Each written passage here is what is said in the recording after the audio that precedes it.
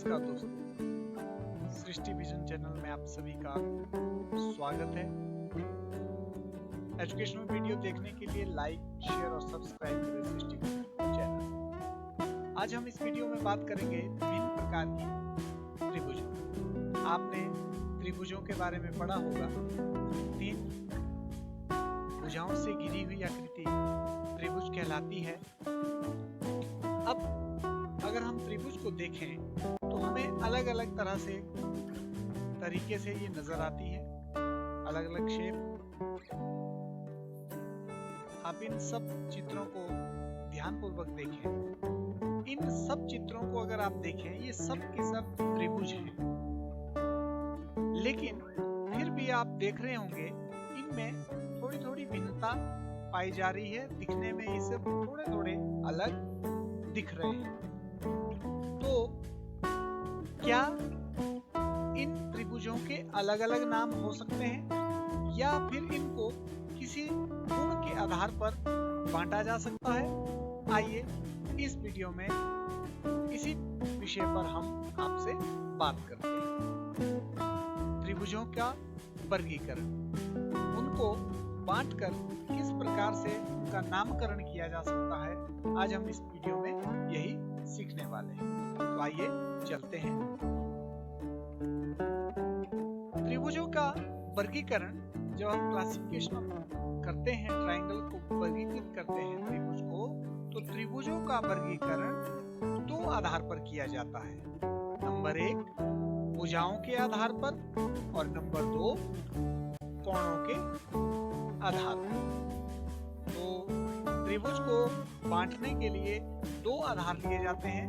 या तो हम त्रिभुज को भुजाओं के आधार पर बांटते हैं या फिर त्रिभुज को कोणों के आधार पर बांटते हैं और उनको नामांकित करते हैं, उनका नामकरण करते हैं, उनका नाम लिखते हैं, इन्हीं 2 आधार पर। तो सबसे पहले बच्चों, हम भुजाओं के आधार पर त्रिभुज के बारे में सीखेंगे कि भुजाओं के आधार पर on the basis of side triangle को कैसे क्लासिफाई किया जाता है, उनके नाम क्या होंगे।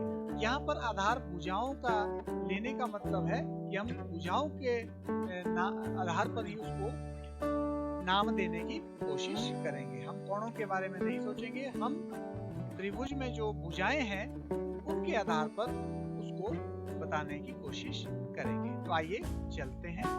त्रिभुजों का वर्गीकरण भुजाओं के आधार पर। जब हम त्रिभुजों को भुजाओं के आधार पर वर्गीकृत करते हैं तो हमें 3 तरह की त्रिभुजें प्राप्त होती है। पहली समबाहु त्रिभुज, इक्विलैटरल ट्रायंगल। सेकेंडली समद्विबाहु त्रिभुज, आइसोसेलेस ट्रायंगल।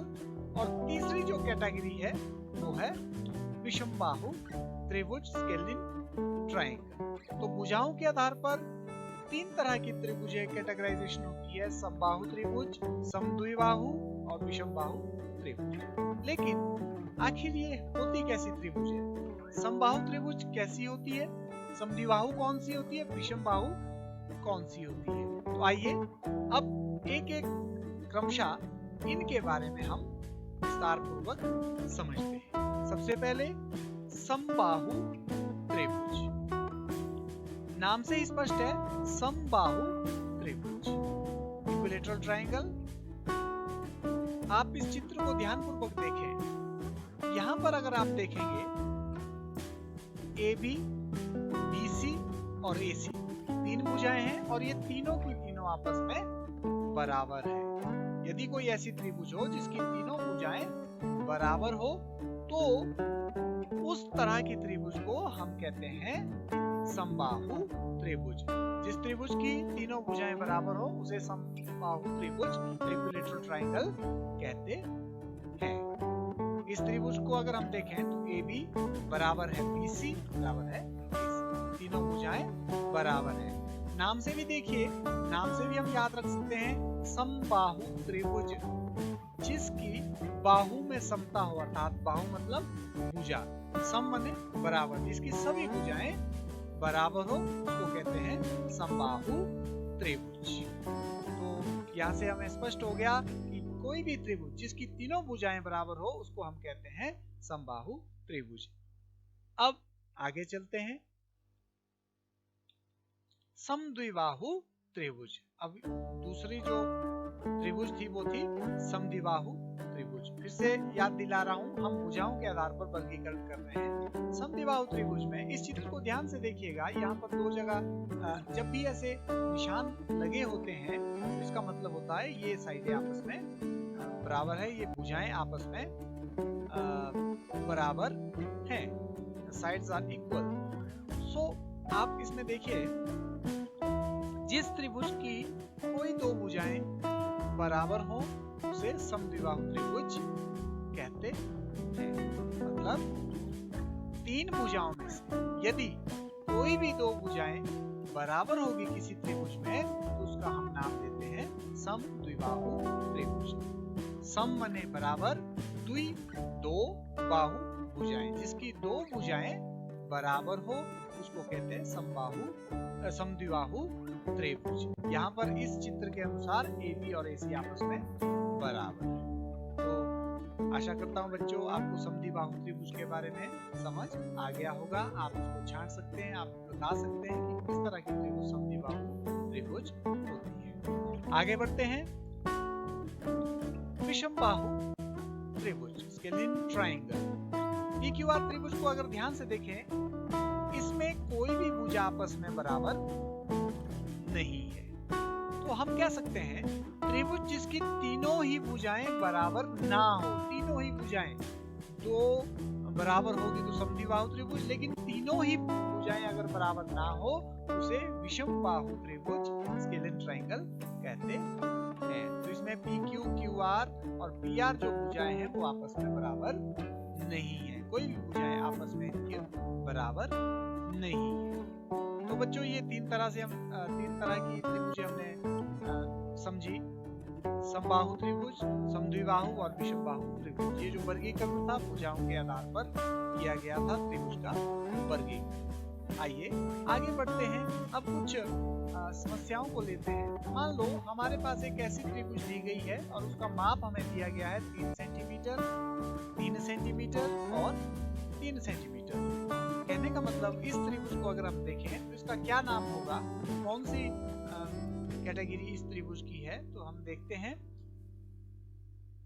तीनों भुजाएं बराबर, 3 सेंटीमीटर तीनों भुजाएं बराबर, तो हम कह सकते हैं कि ये दी गई त्रिभुज जो है समबाहु त्रिभुज है, इक्विलैटरल ट्रायंगल है।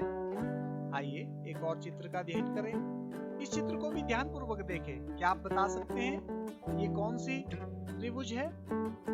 हाँ देखिए, इसमें दो भुजाएं बराबर हैं, 4 सेंटीमीटर और 4 सेंटीमीटर, तीसरी 3.5 है। इसका मतलब दो भुजाएं इस त्रिभुज की बराबर है। तो जिस त्रिभुज की दो भुजाएं बराबर होती हैं उसको हम कहते हैं आइसोसेलेस ट्रायंगल या समद्विबाहु त्रिभुज। आइए एक और चित्र अध्ययन करते हैं। इसमें ध्यान पूर्वक देखिए, 2 सेंटीमीटर ये भुजा, PR 3 सेंटीमीटर और PQ 4 सेंटीमीटर। कोई भी भुजाएं आपस में बराबर नहीं है। तो जिस त्रिभुज की कोई भी भुजा आपस में बराबर ना हो तो उसे हम कहते हैं, क्या कहते हैं बच्चों? विषमबाहु त्रिभुज, स्केलिन ट्रायंगल। तो इस तरह से हम तुरंत छांट सकते हैं कौन सी त्रिभुज कौन सी है, किस कैटेगरी में आती है। तो इस वीडियो में आपने त्रिभुजों के वर्गीकरण के बारे में पढ़ा और उसमें आपने भुजाओं के आधार पर त्रिभुज को वर्गीकृत करने की कोशिश की। त्रिभुज भुजाओं के आधार पर आपने समबाहु, समद्विबाहु और विषमबाहु त्रिभुज के रूप में त्रिभुजों को बांटना सीखा। लेकिन क्या सिर्फ भुजाओं के आधार पर बांटा जा सकता है? मैंने आपको बताया भुजाओं के आधार पर भी बांटा जाता है, लेकिन इसके साथ कोणों के आधार पर भी त्रिभुज को वर्गीकृत किया जा सकता है।